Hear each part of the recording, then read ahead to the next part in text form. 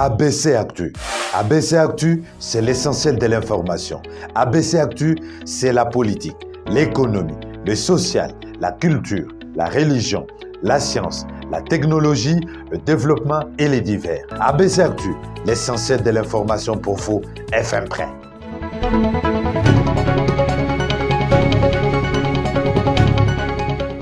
Vous nous avez choisi pour vous informer et nous vous en remercions. L'actualité de ce jeudi 15 juin, c'est tout de suite avec ABC Actu. Ouvrons cette page informative avec l'éducation, deuxième édition du test national de sélection d'orientation scolaire et professionnelle. Le ministre de l'EPST, Tony Mwaba, a donné le go à Kinshasa, à l'école Sainte-Rita dans la commune de Mongafula. Pour cette édition, 1 571 285 candidats ont pris part, dont 57% de garçons et 43% de filles. Ce test qui durera 2 jours permet aux candidats de connaître qui il est et ce qu'il a de spécifique avant d'embrasser une filière des humanités ou du cycle professionnel en adéquation avec ses aptitudes et ses aspirations. Dans l'actualité également, lancé le 14 juin 2022, c'est ce 15 juin 2023 à Lubumbashi que le ministre de l'Industrie, Julien Paluku, a inauguré une nouvelle usine de fabrication de câbles électriques à partir du cuivre. C'est l'entreprise Mining Engineering Service qui a réussi à faire cet exploit avec l'appui du financement du gouvernement congolais via le Fonds de promotion de l'industrie, avec une spécificité de 4100 types de câbles et une production d'1 million de kilomètres de câbles électriques par mois. Et pour le ministre de l'Industrie, la volonté plus l'engagement plus la détermination égale efficacité et efficience, d'où la performance. La République démocratique du Congo a besoin de tous pour prospérer. Restons dans le Haut-Katanga, la ville de Lubumbashi accueille depuis ce mercredi la DRC Mining Week. Prenant la parole pour donner les go de ces grands rendez-vous, le gouverneur Jacques Kiaboula a annoncé que dans le tout prochain jour, le Haut-Katanga va avoir une usine de montage et d'assemblage de batteries pour le véhicule électrique. On l'écoute.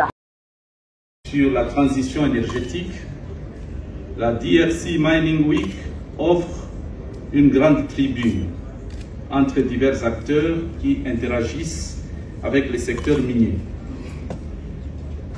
De l'énergie verte vers laquelle se tourne résolument le monde, jusqu'aux biens et services qui sont axés sur la conscience climatique, la province du Haut-Katanga est bel et bien partie prenante de l'urgence écologique. Comme vous le savez sans doute, le Haut-Katanga, avec ses ressources, fait partie de la solution congolaise à la transition énergétique mondiale. Notre province va accueillir ici une usine de montage et d'assemblage de batteries pour les véhicules électriques. L'usine sera installée dans la zone économique spéciale RDC-Zambie. Les deux États ayant manifesté un intérêt commun de mettre en place une chaîne d'approvisionnement des batteries électriques qui permettra des investissements efficaces. Il s'agit d'un engagement de construire une industrie à valeur ajoutée et durable en Afrique. Ceci au service d'une transition énergétique bénéfique pour les communautés locales, avec à coup sûr l'augmentation des exportations et la création d'emplois. La création d'emplois, justement, c'est cela que nous appelons, pour emprunter le mot cher à son Excellence Félix Antoine Tshisekedi Tshilombo, chef de l'État, placer l'homme au cœur du développement. C'est ça même, le peuple d'abord. Nous en appelons à des salaires garantis et à des conditions de travail plus sûres. Le rapport du baromètre national du climat des affaires publié récemment à Kinshasa indique que vous êtes satisfait, entre autres, de notre administration, infrastructure, notre fiscalité et notre sécurité. Distingués invités, mesdames et messieurs, On le dit souvent, l'heure est venue pour diversifier notre économie. Les mines ne contribuent pas assez au développement de l'agriculture.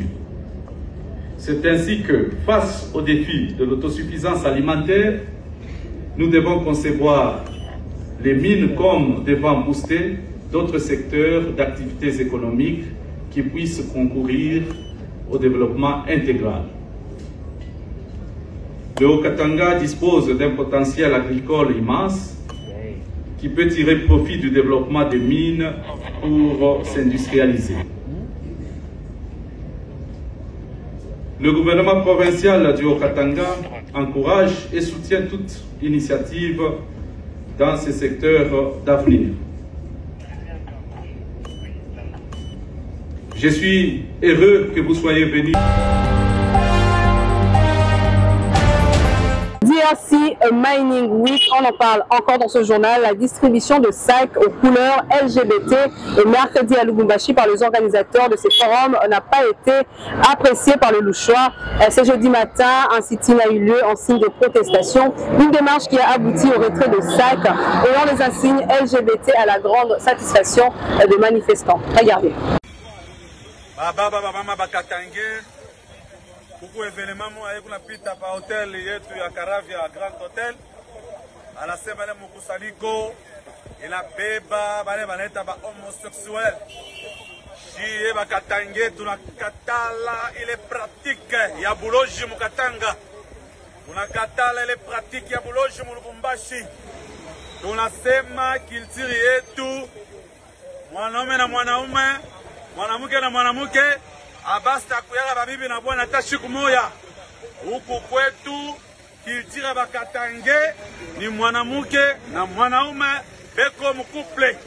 Ile ya banaume na banaume, banamke na banamke, banaume na banyama.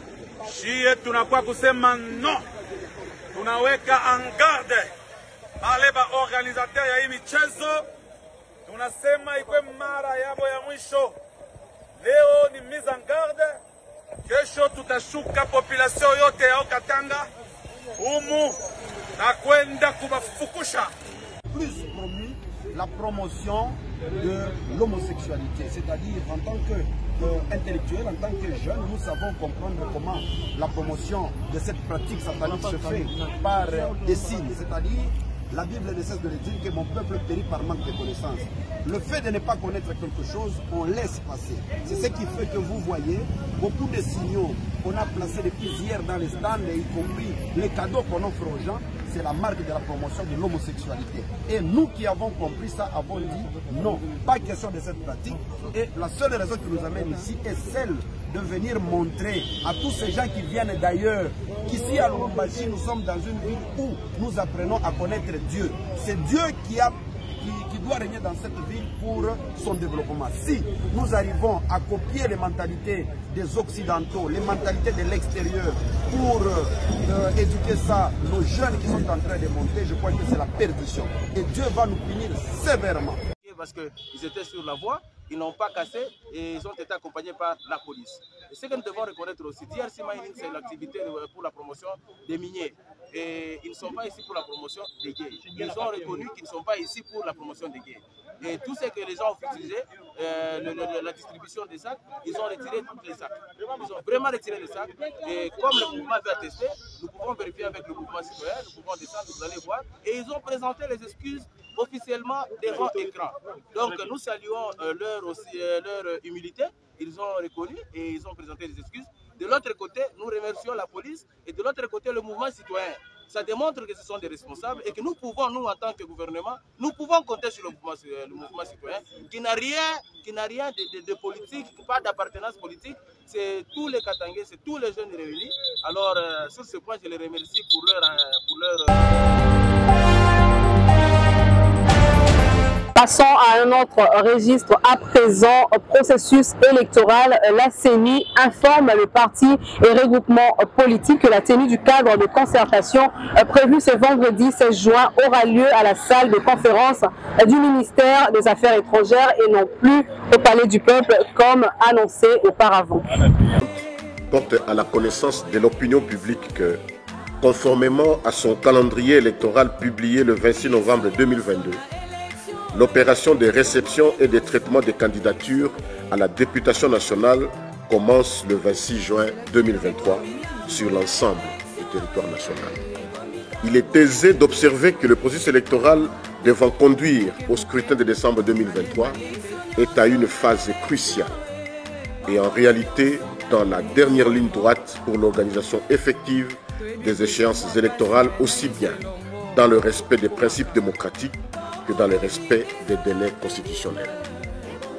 Avec un fichier électoral dont la fiabilité a été confirmée par des audits internes et externes et qui a servi de base pour la répartition des sièges aussi bien au niveau national, provincial que communal, actuellement adopté par les deux chambres du Parlement avant la promulgation de la loi y afférente par le président de la République et chef de l'État, l'opération de réception et de traitement des candidatures va donner la possibilité aux candidats indépendants, aux partis et regroupements politiques de soumettre leur candidature selon les prescrits de la loi et les procédures de la CENI.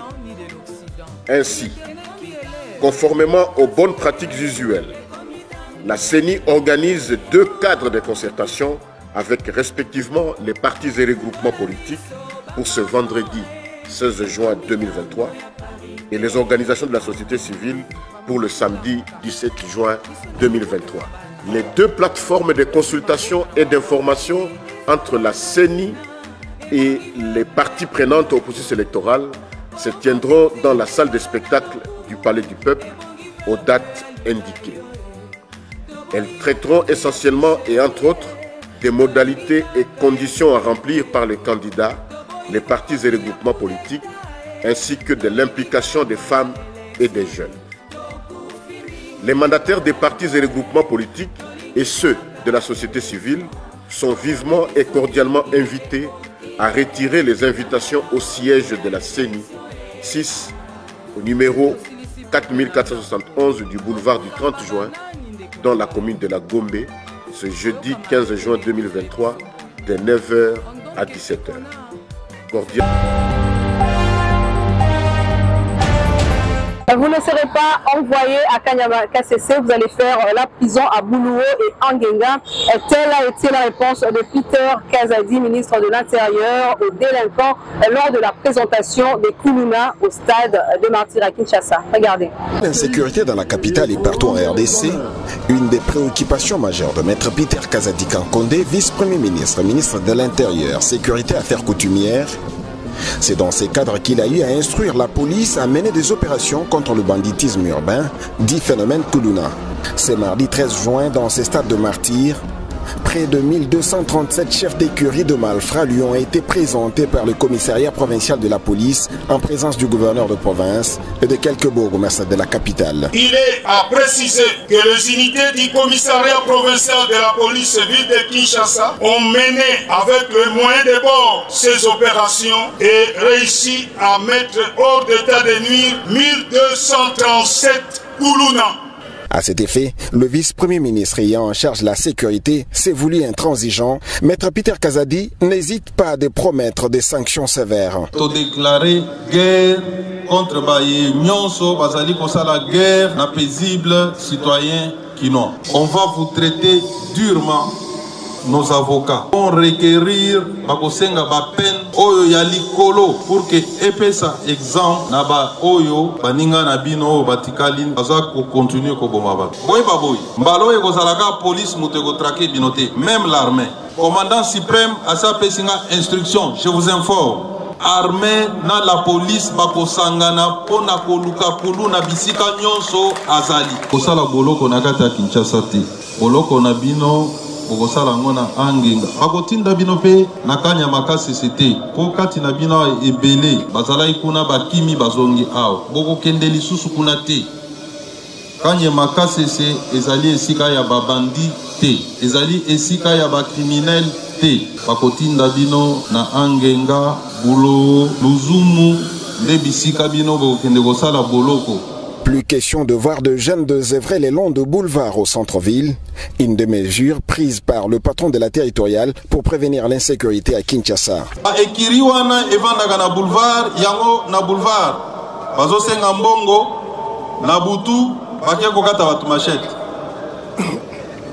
Général Olaningai Obandalelo Tolingi Lisusu présence Yabatwana na boulevard du 30 juin T. Et Sengeli Kokangabango. Quelques cas de policiers indisciplinés lui ont été aussi présentés. Tous devraient être mis séance tenante à la disposition de la justice pour répondre de leurs actes. Namoni ba policiers indisciplinés ao. Tokolandela bango pe tokosenga ba peine ya makasi ti kolongola bango na la police. Oaza coopérer na arme tokotinda na auditora. Réaffirmant sa détermination à mettre fin à l'insécurité au pays, le vice-premier ministre, ministre de l'Intérieur, a mis en garde certains magistrats qui traitent avec légèreté les dossiers de ces bandits urbains. Oyo magistrat a mesana kozwa mbongo pona libérer batu neti ba oyo yepe toko assimiler na ba criminels puisque azo aider.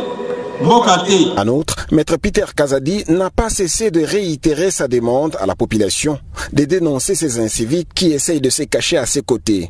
Maître Peter Kazadi dit faire de la lutte contre l'insécurité et de la restauration de l'autorité de l'État sur l'étendue du territoire national son cheval de bataille.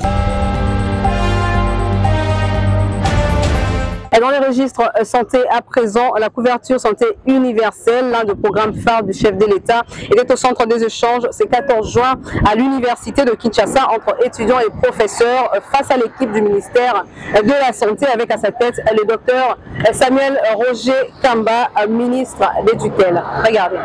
Mercredi 14 juin 2023, le ministre de la Santé publique, Hygiène et Prévention, le docteur Samuel Roger Kamba, a assisté à une matinée scientifique sur la couverture santé universelle à l'université de Kinshasa. Et la couverture santé universelle est un problème de développement pour le pays et c'est le programme phare du chef de l'État, Félix Antoine Tshisekedi, conscient que la santé est un des droits fondamentaux des Congolais. Devant étudiants et professeurs, Samuel Roger Kamba, accompagné de son vice-ministre, a prêché sur le bon côté de la couverture santé universelle et qui veut que tout Congolais ait accès à tous les soins et services de santé de base dont il a besoin sans encourir une ruine financière ou économique. Nous avons été invités à parler de la couverture santé universelle. Vous savez, c'est le programme phare du président de la République. Au-delà de la gratuité de l'enseignement, au-delà des problèmes de sécurité, le chantier majeur du chef de l'État, c'est la couverture santé universelle. Et cette couverture santé universelle, c'est un problème de développement pour notre pays. Ce n'est pas seulement un problème de santé au sens médical. Et donc il fallait partager avec le corps scientifique, notamment l'université de Kinshasa, qui est la première université au pays, et c'est ce que nous sommes venus faire aujourd'hui. Mais le choix de l'UKIN, parce que d'abord je l'avais promis, j'avais visité l'INRB, mais j'avais dit qu'après l'INRB c'est l'UKIN. Deuxièmement, parce que c'est la première université. C'est elle qui forme le plus grand nombre de nos médecins et de nos prestataires de soins. Et c'est elle qui a le plus grand nombre de chercheurs qui peuvent aider notre pays à se développer. De leur côté, le représentant de l'université de Kinshasa a remercié le ministre, soulignant l'importance de la jeunesse. Il a également salué les lancements de la campagne de sensibilisation scientifique sur la couverture maladie universelle et aborde le souci de préparer les futurs leaders dans les domaines. Il reconnaît également la présence du ministre de la Santé et s'adresse à lui comme le choix du président pour la cause. Par ailleurs, l'université a décerné un diplôme de mérite au ministre Samuel Roger Kamba. Ici est de noter qu'avant cette matinée scientifique, le ministre de la Santé et son vice-ministre, tous deux ressortissants de l'université de Kinshasa, ont été à l'honneur. Ils ont été conduits par le recteur à la visite de cet alma mater. Le docteur Samuel Roger Kamba a par la suite signé le livre d'or de l'université. Le nouveau président du conseil d'administration de la Congolaise de voies maritimes, Christopher Ngoy Mutsamba, a pris officiellement ses fonctions ce mercredi 14 juin. Roski Misenga était sur place. Nommé par ordonnance présidentielle le 22 mai de l'année en cours comme président du conseil d'administration de la Congolaise de voies maritimes, Christopher Ngoy Mutsamba a pris officiellement le battement de commandement de cette entreprise de l'État mercredi 14 juin 2023, présidé par Stéphane Kankonde, vice-président ad intérim du Conseil supérieur de portefeuille, représentant la ministre d'État, ministre de portefeuille, la remise et reprise entre le PCA sortant, André Pungwe-Songo, et le PCA entrant, Christopher Ngoy, s'est déroulé sous une ambiance bon enfant.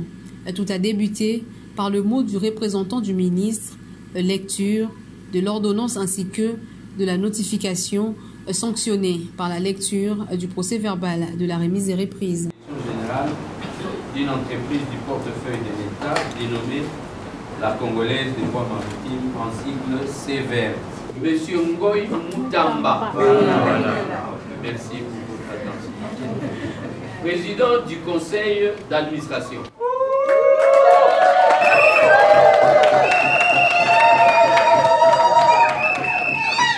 Dès l'échange de signataires jusqu'à l'installation de Christopher Ngoy dans son bureau, toutes les étapes étaient respectées à la lettre, ce qui explique la satisfaction du nouveau PCA de la CVM.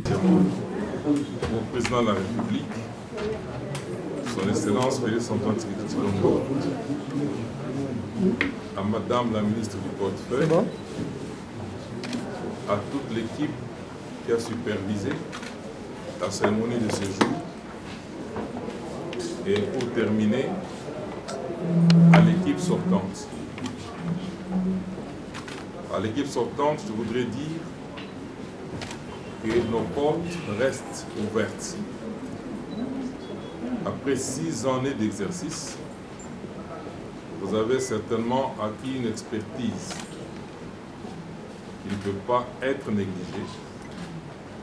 Et soyez disponibles, nous serons toujours recours à votre expertise, à votre maîtrise. Pour tous les amis qui me suivent en ce moment à Boma, je pense que à Mwanda, à Matadi, je pense que dans les tout prochains jours, nous allons descendre pour un contact physique direct. Sceller l'union et l'unité autour de la mission qui nous est confiée. Et j'aimerais que nous puissions renouveler notre engagement. Renouveler nos responsabilités vis-à-vis du pays que nous devons servir, au service duquel la société se trouve. En qualité de représentant personnel de la ministre d'État de portefeuille, Stéphane Kankonde a prodigué de sages conseils à la nouvelle équipe qui devra conduire désormais la CVM en allant du PCA et de la directrice générale, le directeur général adjoint, Yemba Selemani, jusqu'aux administrateurs. Direction la province de Lomami avant de boucler avec cette session d'information. Le vice-gouverneur Jean-Claude Loubamba a reçu en audience la délégation de l'ONG Association pour le bien-être familial Naissance Désirable, conduite par le docteur Placide Kayombo. Regardez. Nous sommes de l'association pour le bien-être familial Naissance Désirable. Notre présence à Cabinda, nous avons préféré rencontrer son Excellence Monsieur le Gouverneur pour discuter des grandes réalisations que ABFND est en train de projeter dans la province. ABFND veut implanter les cliniques privées propres ABF pour l'offre de services de la planification familiale, bien entendu gratuitement. Et cela normalement doit passer aussi par l'appui du gouvernement provincial en octroyant 2 terrains sur lesquels nous pouvons ériger nos bâtiments, notamment un bâtiment à Cabinda et un autre à Mweneditu. Et nous avons discuté et le gouverneur a beaucoup aimé l'initiative de l'ABFND à pérenniser ses activités dans la province de Lomami. Et aussi nous avons présenté au gouverneur jusqu'à présent ce que nous sommes en train de faire avec les structures partenaires dans l'offre de la planification familiale et aussi dans la prise en charge du VIH et la tuberculose. Jusqu'à présent, nous évoluons à bon train dans la province de Lomami. D'ailleurs, nos équipes sont sur terrain dans toutes les zones de santé de la province. Moi-même, nous avons visité Lubao, nous avons visité Tchofa, Ludimbi, Lukula. et même aussi sur place, les structures se trouvent à Cabinda. Les activités évoluent en bon train.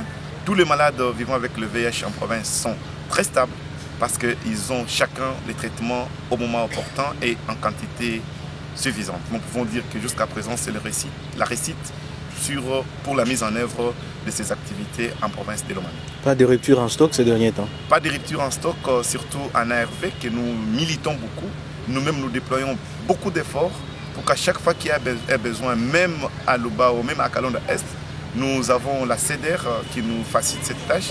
Et par moment, en urgence, nous faisons aussi des approvisionnements pour éviter chaque rupture au niveau de chaque structure où il y a les malades pris en charge. Dès que l'autorité octroie ces espaces, et les travaux pourront aussitôt commencer. L'Association pour le bien-être familial et naissance désirable, ABFND, intervient dans les secteurs de santé, dans les droits et la promotion du droit de la santé sexuelle et reproductive, notamment la planification familiale et la prise en charge du VIH et tuberculose. Donc nous sommes dans le secteur santé avec plusieurs interventions.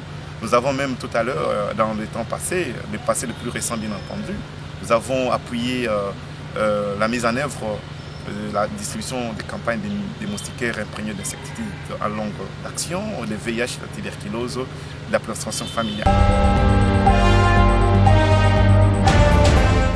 Et voilà qui met un terme à ce journal. Merci à tous de nous avoir suivis.